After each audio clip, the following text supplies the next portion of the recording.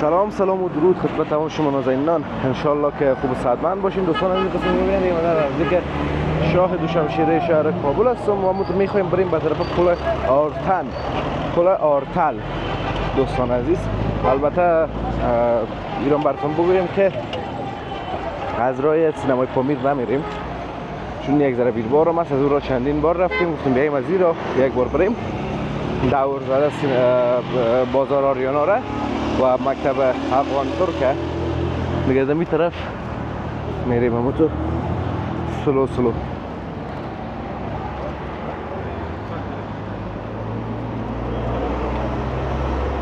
طرف. دوستان از مکتب خوجا عبدالله انصاری از یک از فارغ شده. اگر فارغ شدین بگوین دوستان عزیز، خاطراتتان رو برام بگوین و چی ها گذاشتاندین در این مکتب دیگه. اون تو سلو میریم دوستان عزیز به طرف پل آرتل. البته دوستان عزیز بگویم که چرا پل آرتل نام داشت و چرا به این نام مسما شد و چرا حال پل آرتن میگن میشه. حالتر دوستان عزیز یکی از انجینرها سابق ببخشید آلمانی بود یا فرانسوی میشه تقریبا یادم رسته که در ساخت ساز یکی از قصرهای مهم که به احتمال جاد فکر کنم چهلستون کابل بود کمک میکنه با پادشاهی وقت.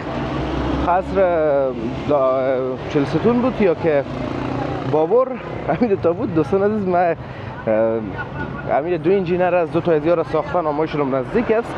نگذره یک اسمش مگه وقت شده. اگر شما باز میفهمین درست سرش در کامنت بگوین که ما هم بخوانیم و دوباره به یاد ما بیاید. کمک میکنه و باز دوستان عزیز پادشاهی همون وقت به خاطر از اینکه از این کارش قدردانی کنه این پل به نام از او میمونه و تا امروز دیگه به نام پل آرتل با میانه ترش پل آرتن یاد میکنن که یکی از پل‌های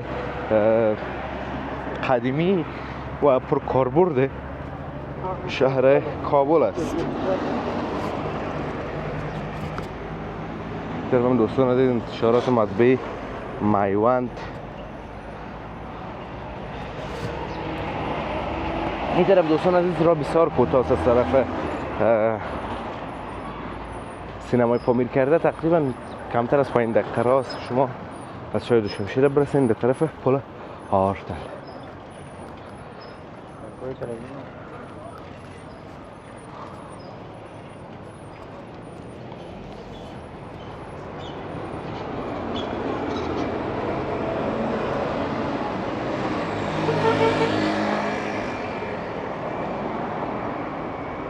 این طرف هم دوستان عزیز در پاهنه در مطبع ریاست مطبع است.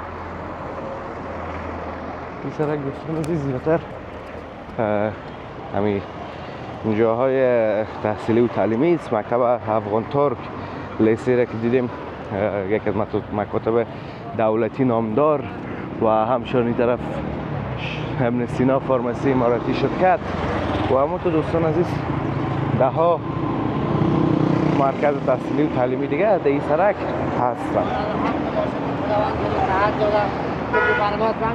این طرف هم بیادر ما کلیج در بین موترش فکر کنم مونده اون از طریق دیگه میخواه موتر باز بکنه.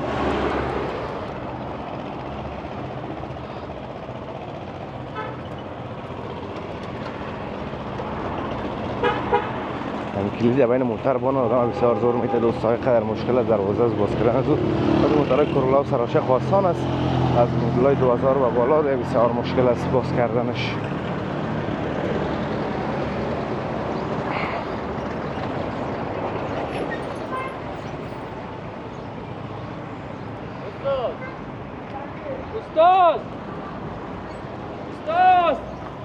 این دوستان عزیز هم کار جریان داره، کاری جرم شروع کردین. چقدر جالب است، هر طرف کابل میریم کار جریان داره و کار میکنن. خوب دوستان عزیز این طرف زیاد رفته بود و او خاطر آمدن طرف شفاخانه ابن سینا از این طرف یک ویدیو جداگانه انشالله باز می داشته باشیم. از پل آسمایی گذشتم سلو میریم به طرف پل آرتل. البته دوستان عزیز یک چیز دیگه رو میخوایم براتون بگویم که پل آرتل حال قابل استفاده نیست و حال استفاده نمیشه. فکر کنم درز مرز کرده، کنم شکستگی داشته یا هر چی که داشته، خب مقصد قابل استفاده نیست و مسدود شده. و باز اسپاس یگان موتورسیکلک های شخصی است میان کرا میتن و باز مردم در روزهای رخصتی خصوصا روزهای جمعه و همچنین به خاطر از اینکه نزدیک پارک شهر است میان از او استفاده میکنن. این طرف هم دوستان از ببینید چه فضایی است پشت سر شفاخانه ابن سینا که یکی از بزرگترین شفاخانه های افغانستان و البته یکی از بهترین هایش است. شفاخانه دولتی است.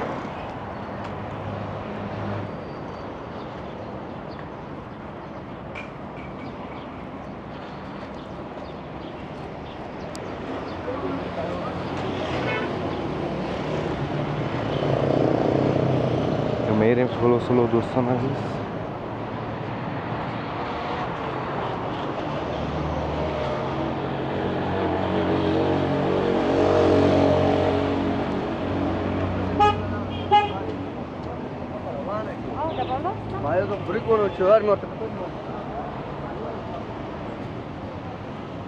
قدر گرمی زیاد است دوستان عزیز. بیادم از بیخی آدم از این گپ زدن میمانه خسته میسوزه آقا با سایه که نباشه بیخی.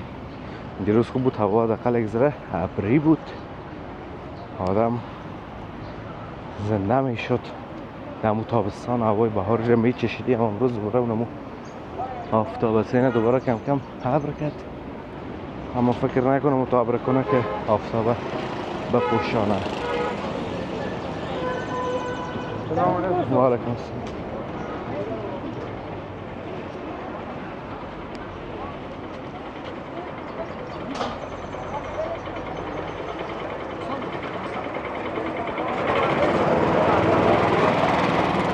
خب دوستان عزیز میرسیم دیگه به نزدیکای پل آرتل شهر کابل.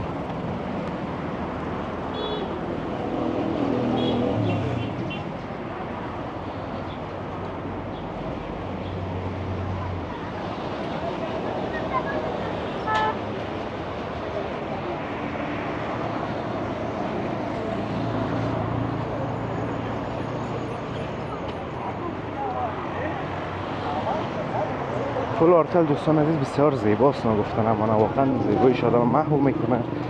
همین چهارپایی که در چهار بغل از این بالا شده و وسط شده بسیار زیباست و بسیار مقبول است.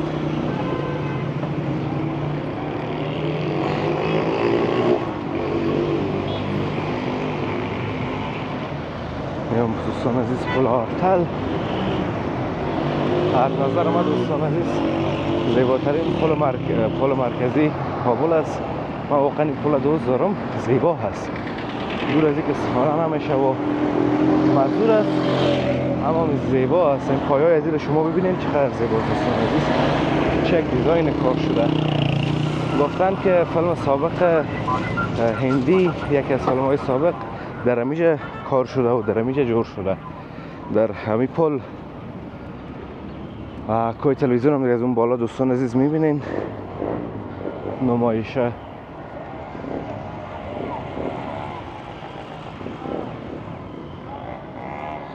خوب دوستان عزیز امیدوارم از ویدیو خوشتون آمده باشه، ویدیو لذت برده باشین. ویدیو رو لایک کنین، در کانالم چنل سابسکرایب کنین.